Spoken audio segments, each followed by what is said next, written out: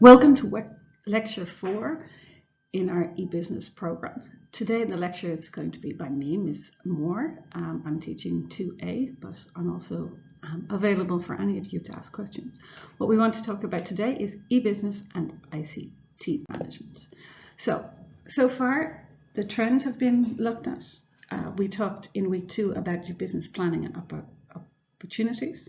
We saw you all in class, and at this stage you should all have your business idea down, and you're coming to class this week, and you should be bringing with you your canvas so that we can discuss about it in class. Last week Ms. Feldman also gave you an overview of the websites, and today then it's Ebusiness. Next week you'll have integrating online and offline in Ebusiness by Mr. Youngmans, and in the final week 6 Mr. Choi will talk about the dimensions of culture. So what are we going to talk today? Well, first of all, a brief recap. Then we're going to look at how ICT has changed our world, what we can say about ICT analysis, so in which areas can business look at doing ICT. We'll look at the current case study and reflect, okay, what are they doing in ICT? We'll look at the part to do with ICT in the assignment and explain what it is you need to do there. And then I'll give you a short recap about what we're going to be doing in the workshops this week. So our recap, well, we started off with what is Ebusiness, and well, as you can see in this picture, it's a lot. And when I talk about ICT, we're going to explain what an ICT system is, and this will also refer back to all of the different elements of Ebusiness. Also during week 1, we spoke about ICT trends, and why this is important for you is that the business that you're looking at is most likely going to be affected by these disruptive technologies. And there's a lot of different things that can disrupt businesses, but we're concentrating on things from the world of ICT, which are disrupting things. So take, for example, something like 3D printing. This gives people the ability to print things themselves.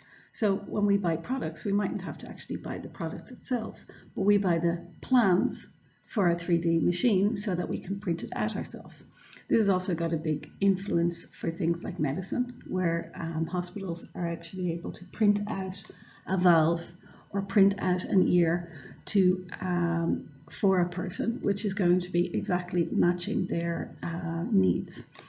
Another big thing that you've probably may have heard about is is the Internet of Things. When we talk about the Internet of Things, we're talking about machine-to-machine communications. So in this way, if something breaks down, you may not have to send somebody to fix it, but the machine can contact the other machine and fix it up. But it could also be that your fridge contacts the shop to tell them you haven't got any milk left and you want to do something there. Cloud technology, well, you should all be quite familiar with it because you probably most of the time use cloud technology. Something like Dropbox, Google, Office 365 all utilize cloud technology so that you can use things, so that you can access files. But cloud technology can go even further than that. So a lot of businesses now, rather than having their own servers, they can actually have they use cloud technology to have all their service available. And again, if we come back to the medical and health industry, in cloud services you can think about somebody's medical details being available in the cloud, which means then your doctor can see it, but if you have to go to the hospital can see it. Or maybe you're in another country and you get ill and they can actually see your current medical details. So that was week 1. Then we had week 2. So we went through the business model canvas, and at this stage you should have at least the first step of everything filled in. What I told my class is usually start here. What problem needs to be solved? What is it that your company is going to do? And then you can work over towards who it's for, how they're going to have a relationship, how you're going to get that product or service to the customer, and then what it is you need to do and who the key partners you are going to need to have in order to be able to deliver this value to your customers. Everyone should come to class this week with your initial business model canvas filled in for your company. And during class, then we can discuss it. You can discuss it with people in the class, but also with your lecturers to see, are there any holes? What did you, are there any things you misunderstood? And are there any things that are missing? So that this part of the assignment could be actually finished by the end of this week. We also talked about personas. Again, this is something you should bring to the class, and which template you use, it doesn't really matter. The most important thing is it has to be about a person. Now, we saw some questions on Facebook about, does it have to be a picture? Yes, there should be a picture there. Even if it's business to business, it has to be about a person, but then the person is the person who will be in the company to buy that product. And then of course you have to think about their goals and the frustrations, but also the motivations will be linked not to their personal things, but the goals and frustrations within the company. So those things that they might fear. So they will probably have a target that they have to reach. So what would that target be? And is your product going to help them with that target? Or is that product or service that you're selling them going to raise frustrations to do with their target? So it depends on which person you're talking to, but you have to identify two people within the company, and it could be on the one side the financial manager who's going to have to make the financial decision, but on the other side the person in the company who needs your product and service. And so they will have different goals and different frustrations, and then you can deal with them, and then you also know what it is you need to, how you need to sell this product, so you can get them both on board. Then last week Ms. Feldman was explaining how we're going to be building a website, and how the website is built like a house, so that we have all of these different layers that we have to put in. And as the triangle sees, what the people see is this part, with of course this giving the design of it, and this being the actual URL that somebody sees. There's a lot that goes in the background that most people don't see, but it's just as important to have this part of your website in order, because otherwise this part won't work. But if you have everything set up but you don't add more content, or you don't have some interaction there, then people are going to leave your website and not going to be around.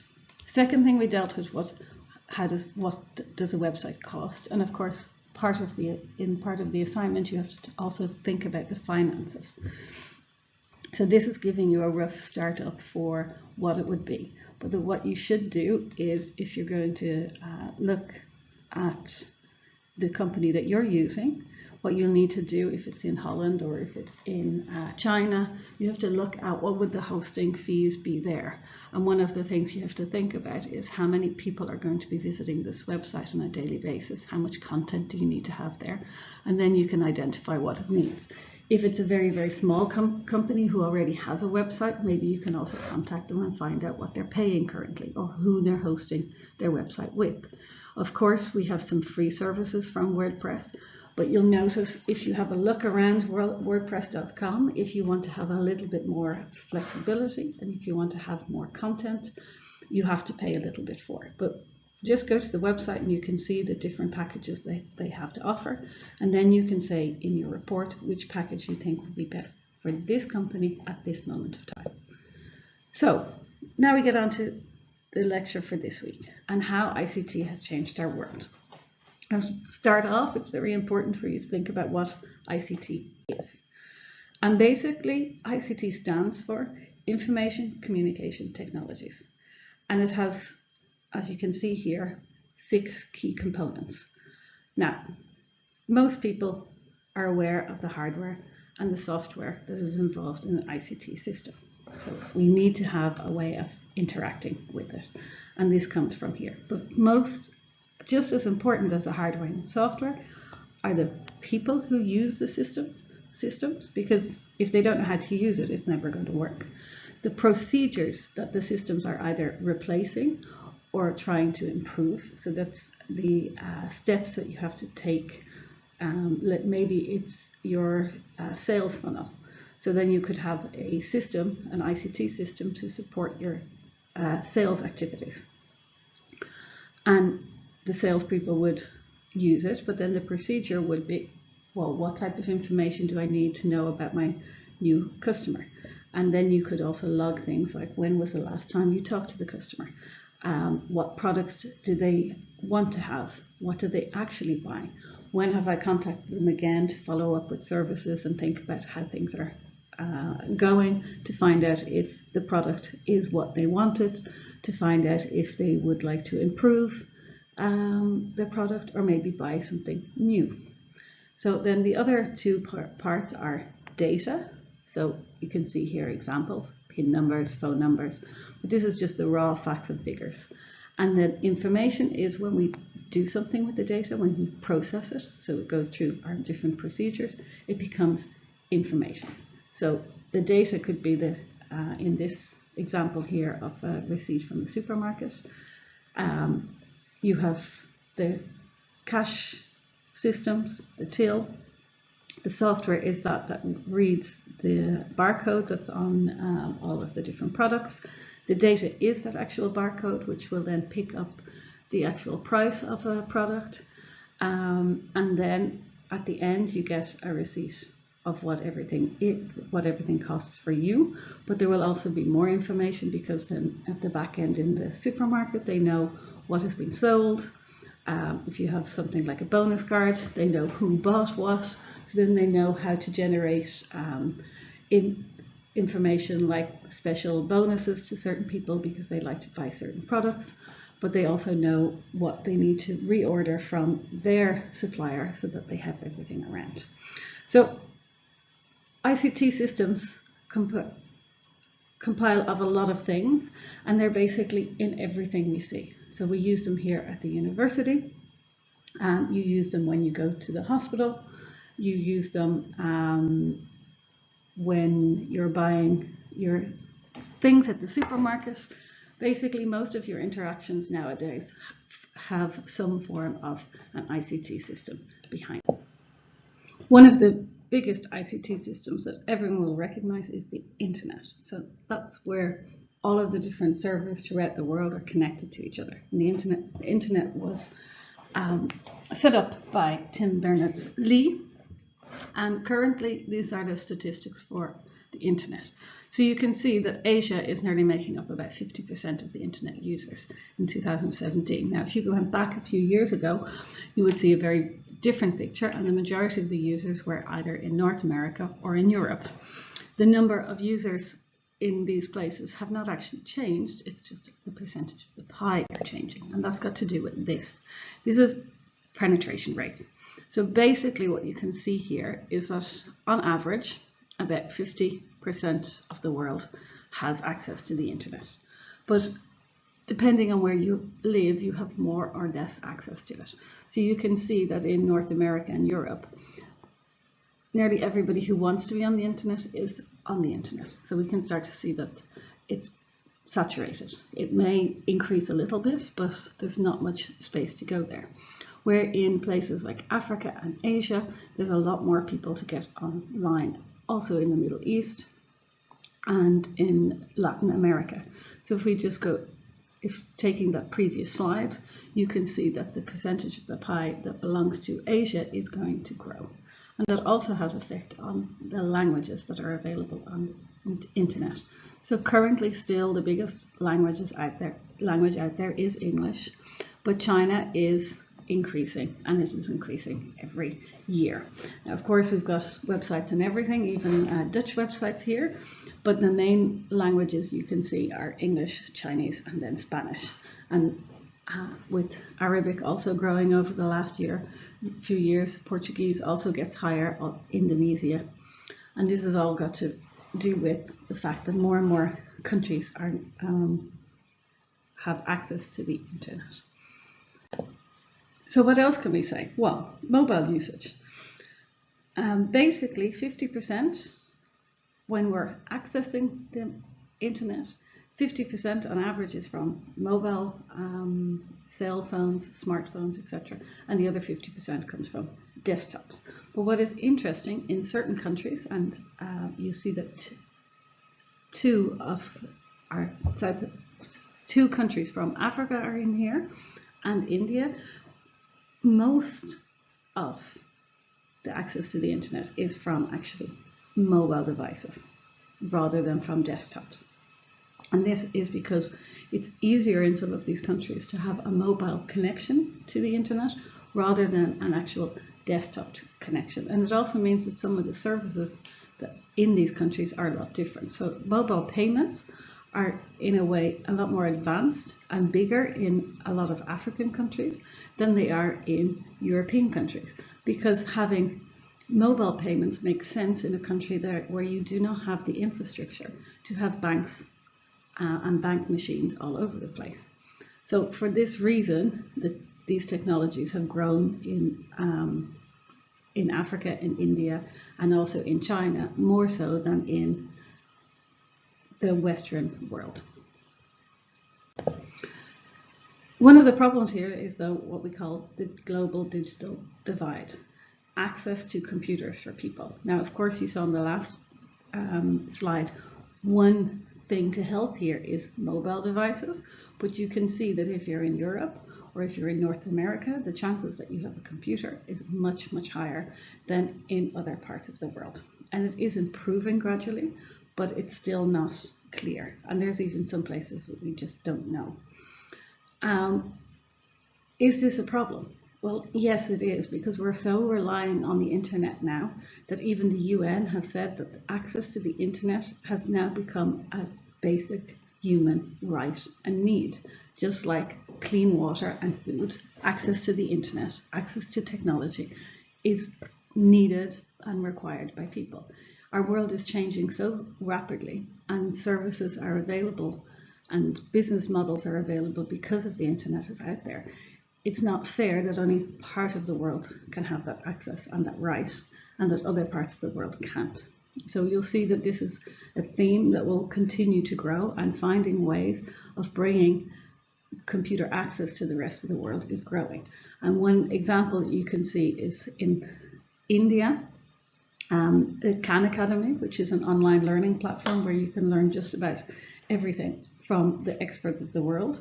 They basically set up stations in rural communities in India, so that school-going kids could actually access this Khan Academy and they could educate themselves. So there was special like telephone booths, but in it wasn't a telephone, it's a computer that the local community can actually use, so they can actually learn and have the same access rights as somebody in either North America or in Europe. Another interesting divide is the age divide. And a lot of you might think, what's analog? Well, analog is like radio, TV, and newspapers, all of that type of stuff. So an analog phone is like that very old Nokia phone, which the only thing you could do on it is make phone calls and send text messages, but you don't have to do anything else. Now, what's interesting here is that the younger that you are, the more time you spend on digital media, which means you're getting your news digitally. You're not reading a newspaper.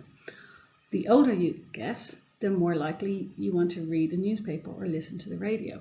So it means depending on the type of people you need to access, they are using different channels. So you have to think about how to access these people.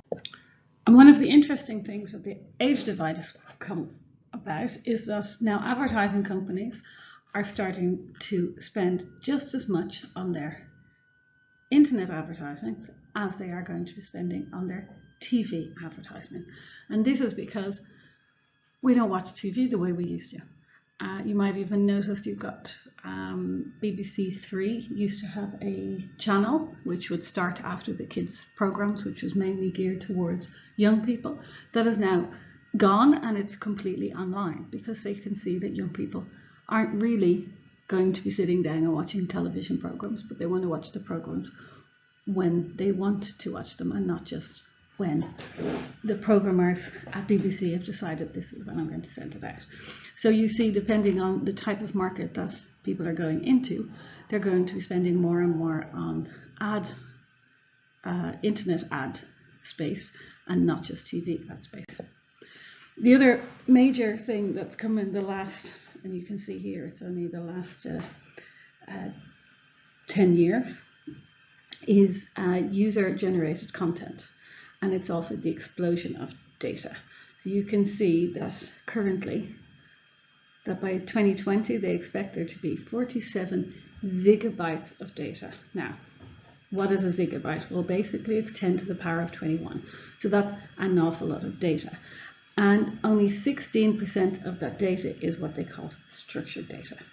That means 16% of the data is something that we can find easily. But the majority of the data, and that's why it's growing exponential, is unstructured because it's coming from users. It's coming from you and me. It's the tweets everyone is sending out. It's the YouTube films people are putting online. It's the Facebook messages, the likes, the posts. This is all data. This is the explosion of data, and this is why data and data management and data information systems is big business, because businesses want to know what people are saying about their products. They want to be able to identify trends that are going on.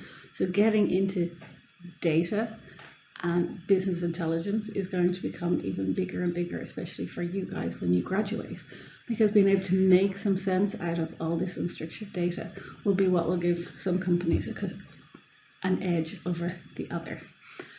And yeah, it's just growing. So this is the big data that you might have seen referred to. And user-generated content, as I said, it's like the Instagram posts. And this is also something that companies are now utilizing. So you might think, for your company, do they have an Instagram page? If it's I know one of the ones in my class is thinking about an ice cream store. Well, okay, Ben & Jerry's is a bigger ice cream store than one that might be located here in The Hague or somewhere in Holland. But they can still use some of those types of services.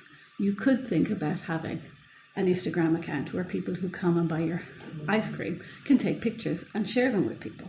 And there's even now, there's a guy who is on Instagram and he gets paid by companies to come and visit them, to take pictures of the food, which he then posts on his Instagram account. And he has so many followers, he's got millions of followers all around the world, that's why the companies are paying him to come along and post it on his site, because it gives them advertisement, it gives them a name. If he's going to go there and he really likes your products, then other people are going to come there too. Another thing that we now have is different companies working together. So most people have a telephone, and most people have probably got their location on 24/7. That means Google or everybody else knows where you are and what you're doing. And therefore they can also give you direct information about what products are around you. So in this case, it's Foursquare, which is big in America, and Uber working together. So that if you have got your Uber to go somewhere, then Foursquare can tell you about the place you're at and where you can either get your coffee or food or something else that you might be looking for. So you can get advertisements that are directly related to where you are, what time of the day it is. So in the morning it might be the coffee, and in late afternoon it's somewhere for lunch, and in the evening a bar or something else that they think you might be interested to go to. And especially if you've logged into places to use their internet, they know where you've been, so they know what type of things you want to do. So this has got some really big benefits for companies, but it can also be a little bit scary, because if you think about it, our computers and our telephones, they're getting smarter and smarter, and they're going to tell you where to go to. So you might think you're making these decisions yourself, but actually the computers are making them for you. As I mentioned, the music business changed a lot. So you can see here that up until 2003, 2002, most music that was bought was physical. Then you can see the dawn of Napster and other downloading and iTunes and that type of stuff grew. But then you can see since Spotify came along, that actually what we're now doing is streaming it. We have a subscription. Music is a service. We can get whatever we want, whenever we want. We do not have to physically buy anything. We'll settle for a subscription. And we don't have to, and we're downloading stuff also less, because we don't need to download it if we have a subscription to Spotify. And we're going to see something similar happening with movies. Netflix has already started that, and you see that there's other companies who want to get into the market of subscription and streaming. Of course, with more and more being on the internet, cyber threats are getting bigger and bigger. You've probably heard the news about some of the major ones, but what I thought was nice from this overview here is internet traffic. There's been times when humans have the most internet traffic, but we're also growing in that bots are doing the most traffic, and that's why you get this little thing to click on every so often when you're trying to buy a product. So I am not a robot. And cyber threats are only going to continue. We're going to have to figure out together how to solve this one. Well, this kind of speaks for itself. Currently in the US, out of the top 20 companies, we have a majority of tech, hardware, software, internet companies. And in the top 5 are all tech companies, because that's where the money is. So most likely you'll either be working in some form of tech company, or you're going to be working with a tech company at some stage in your life. Now, here are two videos. We're not going to actually play them now. You can have a look at them, but they just take about 2 minutes, and there's just some nice things to think about this world that's changing. So we now know what an ICT system. We know there's a lot of them out there. We know that it has a big effect on our life. But how do companies use them? Well, it can kind of fall into one of these 6 areas, and we're going to go through them. And sometimes companies will use them in multiple areas. Sometimes companies will only use them in a particular area. But it's also these areas which you should think about when you're thinking about, okay, what type of ICT is the company currently using? And then depending on the value you want to add for the customer, what it is you want to do for them, then one of these will actually pop up as being where they should invest in ICT. So, operational excellence. This is cost cutting, having everything done as quick as possible. And there's lots of companies out there that are doing it. I took this example of JD.com, which is a massive Chinese online shopping site. So basically the Amazon.com, but then in China. And you can see here that in 2016, a lot of their orders were delivered within 24 hours. And the others were delivered within 2 days. And you will see that also with things like Bol.com or Amazon.com, delivering and getting things to a place as quick as possible, or at times when it is convenient for people, is becoming more and more important.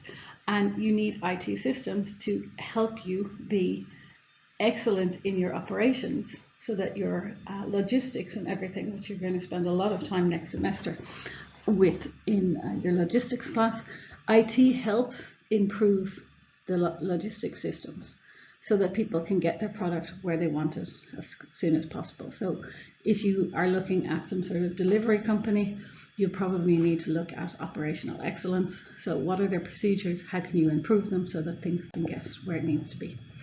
New products, services, and build business models. Well, we mentioned Spotify and Netflix, but IT have brought about lots of new products and services that people can use. Also, social media gives people access to services that they didn't have before. Through blogs, you can reach out to people, you can read about things. And all of these services are made available because we have IT. So you can also think about the business models like Uber has. It's changing the way the taxi system is working, because basically everybody with a car can be a taxi man. Or renting out your home or renting out space in your home rather than going to a bed and breakfast or a hotel. So these are all examples of products and services that have come around because of ICT. Customer and supplier intimacy. So ways of being actually able to interact with your customers. So social media is a big one here because it gives you a conversation. You can have a conversation with your customers. And you will notice that the better companies, they really keep an eye on Twitter, Facebook, and if a customer emails either with something positive or with a complaint, they're on it straight away. They're out to talk to you, they're out to figure out what is going wrong, and they will talk to people. And some companies that don't get social media are increasingly employing younger people who do get social media to be involved so that they have a proper conversation with their customers. But there's other ways to be intimate with your customer and suppliers. You have different types of bonus systems. So in this case, it's the card that you can have on your phone for Starbucks. But basically, the HEMA here in Holland has something similar to it, or the Bijenkorf. You buy into a loyalty program so that they can keep contact with you, and then they can send you vouchers and they can say, hey, we've noticed that you're buying more of this, I'm going to give you some more. But also companies have now seen that people are giving feedback on their products, and in this way they had two different types of shoes. They got input from their customers and designed a third one, and this was a shoe that customers wanted. So if you design what they want, you're going to be able to sell it to them. Improved decision making. So what's important for companies is that they make the right decisions at the right time. And IT systems can help them. It can be things like, if you're using social media, that you can actually follow. Are my ads working? Are my Snap ads working? What's happening on Facebook? Do I respond well? But you can also have information systems which you can use to see what's going on in your company and also what's going on around the world, and you can make decisions based on that. And it can be decisions for internally in the company, but it can also be to share at the outside world. So you can think of things like health apps where you can see what you're doing. Companies can use ICT to improve their competitive advantage. So you can think about, we have a few tech companies here, so they might be able to use the technology is their competitive advantage. They make a better product than anybody else. But you can also think of like how Amazon changed the way we buy things online and makes sure that they get the product to the person straight away. Or Toyota, who include things in their cars that other people haven't yet. Nestle, which is the owner of Nespresso, but also lots of other things. They can use IT to improve their products, to figure out what's going on so that they can get their products to the person quicker, and through that just make a competitive advantage. And then sometimes if you don't have it, you're not going to survive. So if you have a bank 20 years ago who didn't have an ATM machine, they weren't going to survive. Where nowadays, if you don't have a bank that has online banking, you're probably in a few years not going to survive. So although people are still currently using their ATMs, most people like to now do their bank businesses online when they want to, where